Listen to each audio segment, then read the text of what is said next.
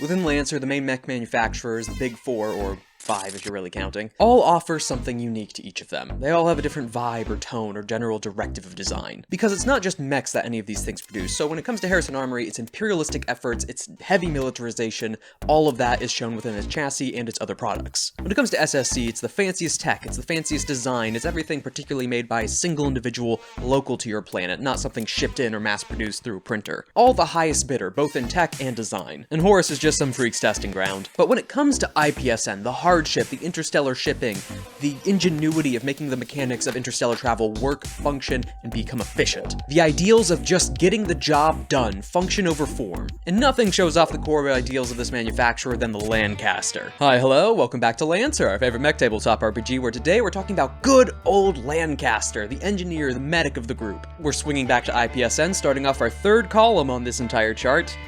Still got a long ways to go. But once again, as a reminder of this chart, we alternate the different manufacturers, and then we go down their list respectively from the core book alphabetically. Once you read the core book designs based off that logic, this chart makes sense and how it's going to be filled. But the Lancaster, the closest thing that doesn't look human-like, and that's namely because it was designed before a lot of the humanoid chassis combat mil-spec variants that came around with Lancers, because it's one of the oldest models amongst the IPS-N line. So back during the Drake video, it was mentioning that that was the first mil-spec variant or military chassis that IPS-N designed. So then where does that leave Lancaster as the oldest? Well, the Lancaster of modern days is a mil-spec variant of an old chassis. So back during that bit of unifying everything IPS-N to make the Drake, the industrial exosuits and mechs, this was the Lancaster, or the Lancaster was amongst them. The one you see in the license and all its different gadgets are the mil-spec variant. But it has not forgotten those engineering roots in that support group. And to see where the Lancaster fits in as an engineering vessel, you have to remember the size and scale of some of these ships and terrain within Lancer. It's where normal roads and hallways can support these chassis of different size categories able to walk through them. The Lancaster is meant for exterior-interior travel on ships, vessels, stations, over different rough terrain, heading into areas that roads haven't been constructed in yet. One of the few cases where once you have the technology that legs make sense on a chassis and why it makes sense that it has the 4-leg design instead of 2. Also to give an iconic look of almost like a trucker. That is the backbone within IPS-N. There's plenty of civilian models of the Lancaster you'll find within IPS-N vessels. Just as a Lancer, you get the military variant. And continuing on from that military variant, its stats. Now, we have a good chunk of green, some red, but that is double the repair capacity. Alongside some nice defenses and increased systems capacity, a little bit of armor to help out here and there, an actual bonus to tech attack. But out of everything on this list, the thing that caught me off guard when looking back at the Lancaster when I did these arrows is the speed. Now, generally when you see this design and the fact it's size 2, like a lot of the other larger chassis, you assume slow. The Lancaster is amongst the fastest mechs in the game. There are only a handful of other chassis in the core book that can even reach the speeds of the Lancaster. Yes, you can get other talents and abilities that can buff it, but at base, it's one of the fastest. It's tied with a few others, that's the only reason it's not the fastest. The fact it can compete with these two?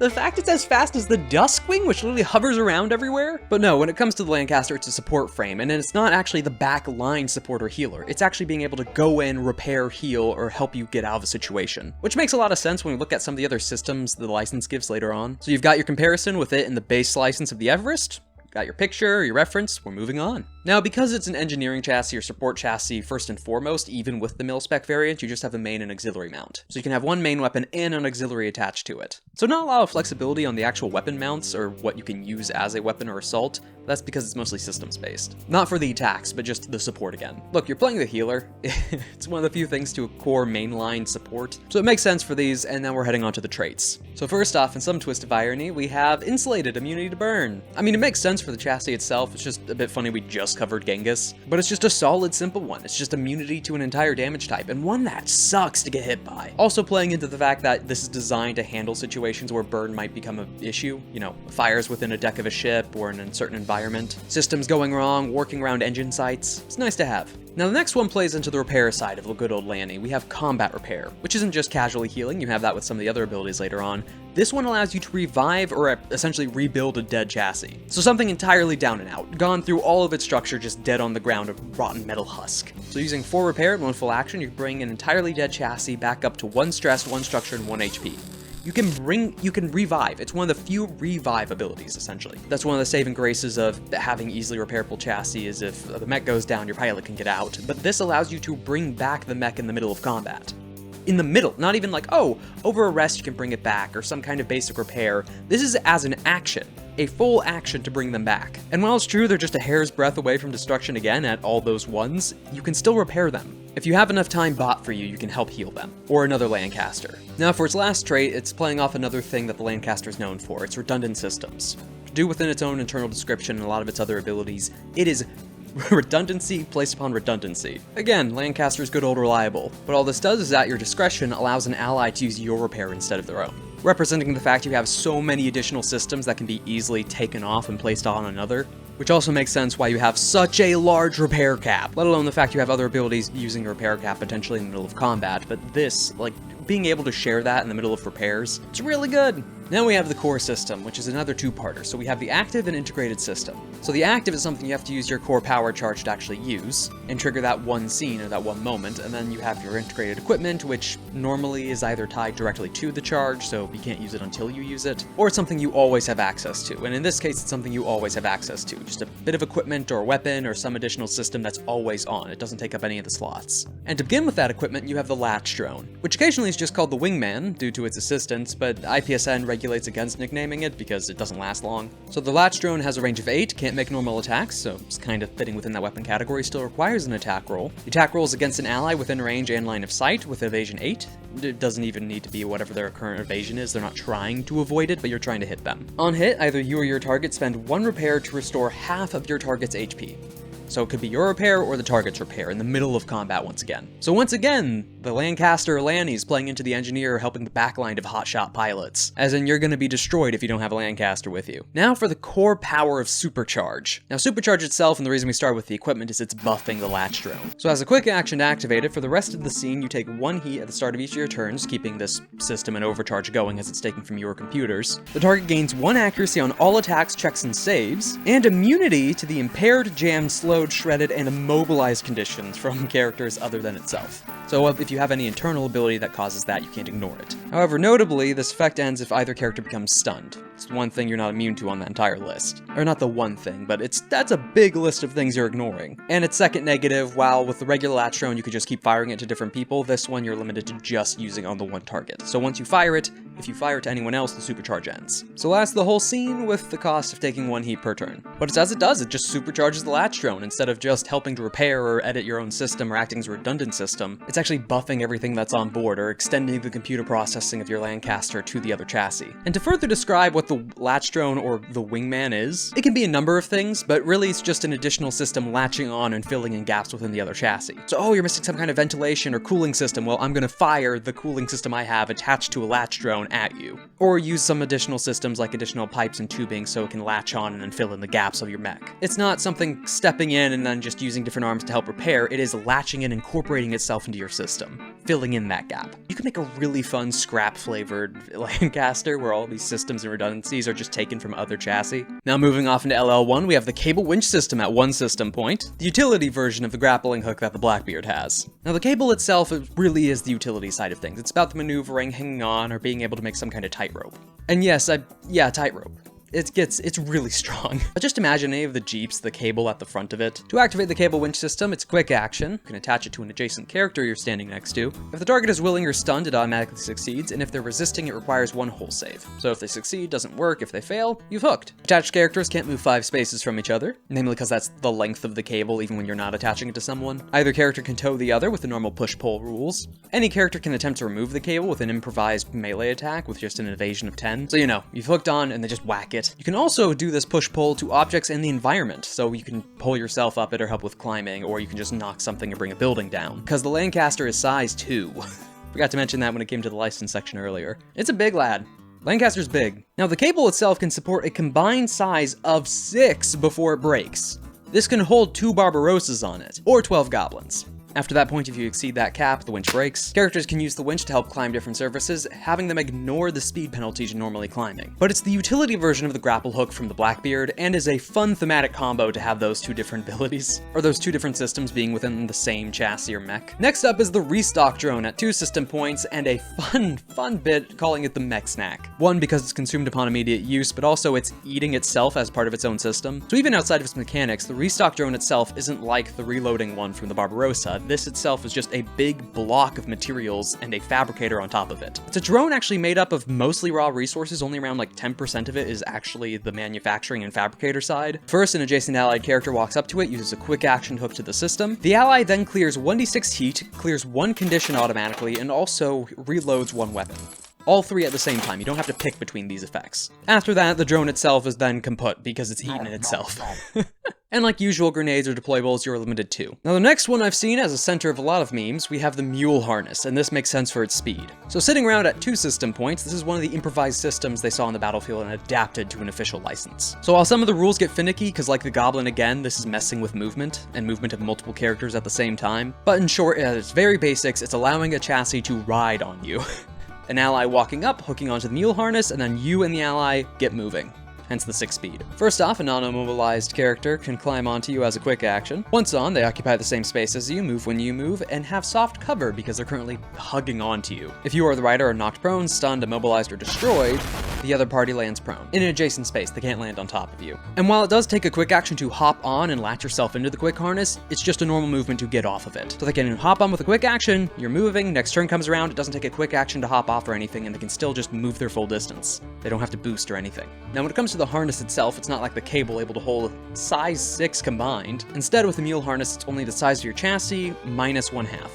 So the total of it being a size 1 and 1/2 combined. So a Blackbeard and a Caliban, or again, 3 goblins. Well actually, if you throw on the symbiotic system, you could have 4 goblins on a Lancaster. Ignoring that nightmare, we're moving on. Next up is a whitewash sealant spray for 2 system points. Now whitewash itself is another nanite system, or something akin to it. So briefly touching on greywash again when it comes to the Bay lore, it's a system that is self-replicating that can then eat a system, make more of itself, and keep going. Within the modern time of Lancer, the tech can't actually properly, outside of a few rare cases, purposely redo this over and over and over again, namely due to a lack of resources, heat, and malfunctions. So at some point it'll burn itself out. It can't continue going on, or at least at an exponential rate. No paperclip factory. The difference with whitewash instead of greywash is instead of taking something apart to make more of itself, it's the exact opposite. It's taking apart itself to make more of whatever it's on. Usually used to repair space holes, other abilities on mechs and chassis, and depends the individual whitewash, it depends whatever's being used in the material or the specific nanite design. Like this one, for example, is namely used to help put out fires and repair systems that were on fire. To activate, it's a quick action and then target within a range of 5 in line of sight, and a different effect depending on what you hit, again specific to the target, so you have the environment, an ally, or an enemy. Going in that reverse order, beginning with the enemy. So as you spray this whitewash towards them, they need to make an agility save to avoid it, and if they fail, they're slowed until the end of their next turn. On top of that, they clear all burn. So really, the image is now fitting at this point. It's a fire extinguisher. When it comes to an allied character, the difference is there's no save. They just hit an allied character, they're slowed, and they clear all burn. Until the end of their next turn, they're slowed. So again, ironic that we just talked about the Genghis, really good for putting out fires. And then for the freeze space, so if you're just hitting something in the environment or an object. So any areas on fire within Blast 1 are immediately extinguished, so a decent chunk. And then outside of that, it's difficult terrain for the rest of the scene, as it's now solidified into something solid. So it's kind of like the Sliquifier. Within Whitewash, there's freedom to register it however you want, whether it's solidifying into some kind of hard, like, goo gun coating, or is it like the Sliquifier just leaving soap on the ground? Oh my god, the goo gun is such a good representation of this. That's probably going to be what the picture is now. Now on to LL3, we begin with the one weapon of the entire license, the plasma cutter. Once again, carrying on to the ad hoc nature with IPS-N, taking from the innovations of its own workers, we have the mil-spec version of the plasma cutter. So it itself had been used for defense purposes or against pirates or modified by its own individual pilots here and there, with IPS-N making an official version of said modification. Hence the Mark II. There was already a plasma cutter, this is the upgraded version of it. With its full name being Cutter Mark II Plasma Torch. An auxiliary melee weapon, so it's not actually taking up that main slot. Again, being melee, it has a threat of 1, it does 1 energy damage, 1 heat damage, and 1 burn damage. That's an interesting combo. But again, it's just a plasma torch. You're just burning something. And it's still impressive. You're setting a mech on fire. It goes back to the Genghis thing of this is a real burn. A mech-sized cutting torch. That's a lot. So its key thing is its additional effect. So outside of the general combat with other mechs and chassis and enemies, you still have its main purpose. It was used to cut through bulkheads, other sides of ships, helping with manufacturing and destruction. So when you use it against an object or the environment, it does a flat 10 AP energy damage. Flat 10 AP.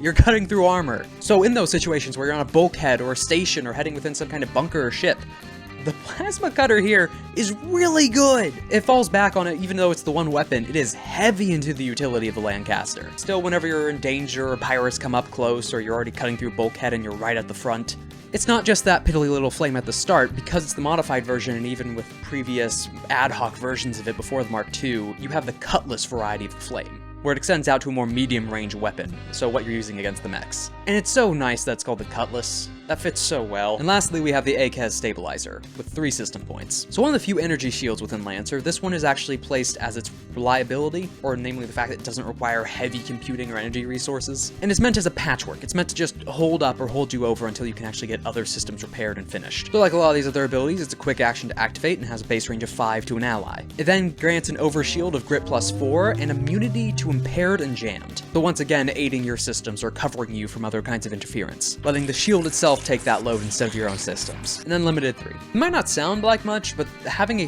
deployable overshield you can just throw out onto someone else, and with limited 3 instead of 1 or 2 like some of the other overshields, it's actually pretty good. Playing into that repair side of everything, because you can heal on top of the overshield. It's kind of like temp health, it's on top of everything else. But the Lancaster, good old Lanny. The entire description at the front of the license itself is so much fun. Because it plays into the stereotype, the trope. This just embodies a specific kind of individual, like even within the NPC category or the personalization within its description. Like, it's not the big frontrunner, it's not the hotshot, it's not the big blasting fancy systems, strange, like eldritch tech. It's good old reliable. One of the older chassis, almost the oldest in some eyes, due to its previous origins as a civilian model. But the pilots of the Lancaster are described, similar to the Saladin almost, as the backbone, the thing everyone relies upon, the thing everyone is grateful for, because you are the healer, but you are the backbone. You are not just in some sense like here to patch up an immediate wound, you are the anchor that everyone is holding on to, in some cases with mule harness, literally. You are not just an engineer, you are the caretaker of the front, the fleet, and your friends. While people might be able to overlook or ignore the Lancaster, especially with civilian roots within this huge combat focus or on the front lines, everyone will notice their absence. When your systems are breaking down, when you don't have someone you can rely upon to repair in the middle of combat, when you don't have that IPS-N backbone, when you're miles away from a fabricator on the front lines on a distant diasporan world, absent of any of your facilities or backups of your megacorps or manufacturing, who's gonna be there when you need them?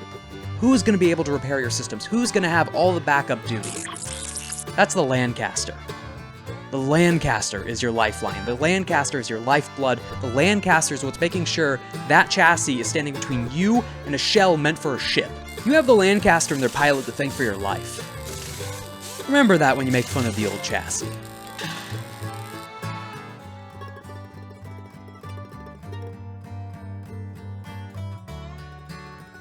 Thank you for watching the video on the good old Lancaster, old Lanny. Truly one of the oldest and the old reliables. Really fits that title. And again, I just was blown away by how fast the Lancaster is. You look at you don't think fast when you see that brick. But I guess if you're trying to run across an entire ship when it's burning or needing repair or helping to ferry other mechs to the front, it's good to be fast. But once again, thank you for watching. A thank you to my patrons, and have a nice day.